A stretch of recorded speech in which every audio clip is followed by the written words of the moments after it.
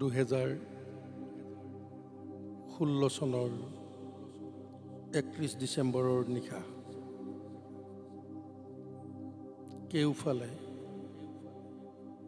নতুন বছৰক আদৰাৰ প্ৰস্তুতি। তেনে এটি দিনতে আমি মাতৃহাৰা হৈছিলোঁ।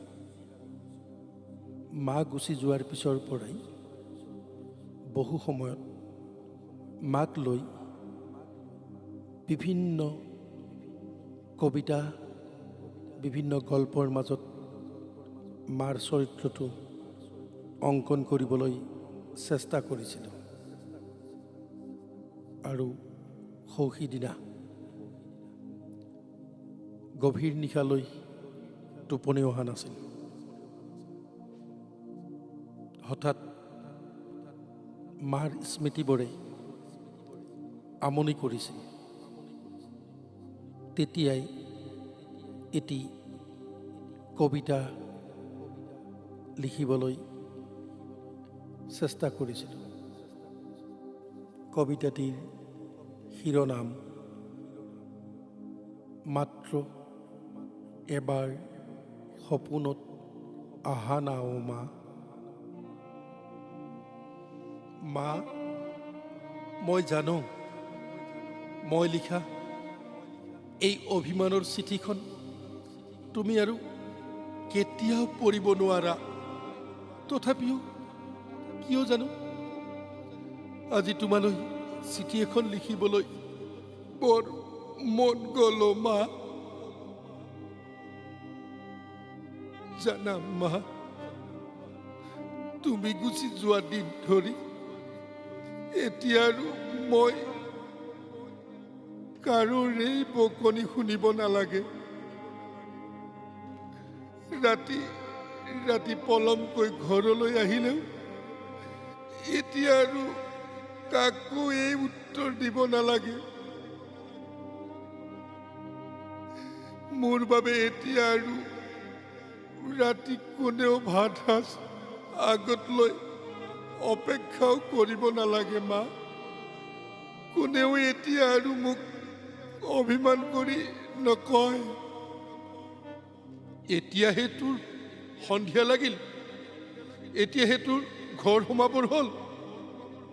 মই যে কিমান সময়ৰ পৰা তোৰ অপেক্ষাত আছো। তই বাৰু ভাবি চাইছনে তই কেতিয়া ডাঙৰ হবি? হা, তই কেতিয়া বুজা হবি? জানো মা, তুমি গুচি যোৱাৰ পৰা এতিয়া আৰু কোনেও মোক আগৰ দৰে মৰম নকৰেও মা। কৰিবনো কোনে? মই জানো তুমি হয়তো এতিয়া মনে মনে কবা, বাবা বাবা তই এতিয়া ডাঙৰ হৈছ আৰু সেইবাবেই এতিয়া তই কাৰোৰে বকনি খাবলগীয়া নহয়। সেয়াই যদি সঁচা হয় মা, তেন্তে মই ডাঙৰ হ'ব নোখোজো মা। মই ডাঙৰ হ'ব নোখোজো, মই সৰু হৈয়ে থাকিব খোজো মা। মোৰ যে আকৌ তোৰ বকনি শুনিব মন গৈছে মা। আকৌ বকনি আৰু লিখিব নোৱাৰো মা। মোৰ যে চকুলো নিগৰি আহিছে। নিগৰি অহা চকুলোখিনি মচি দিবলৈ আজি যে তুমি মোৰ কাষত নাই মা। মা, পাৰিলে এবাৰ সপোনত আহা না মা। তোমাক এবাৰ কাষত পাবৰ বৰকৈ মন গৈছে মা, বৰকৈ মন গৈছে।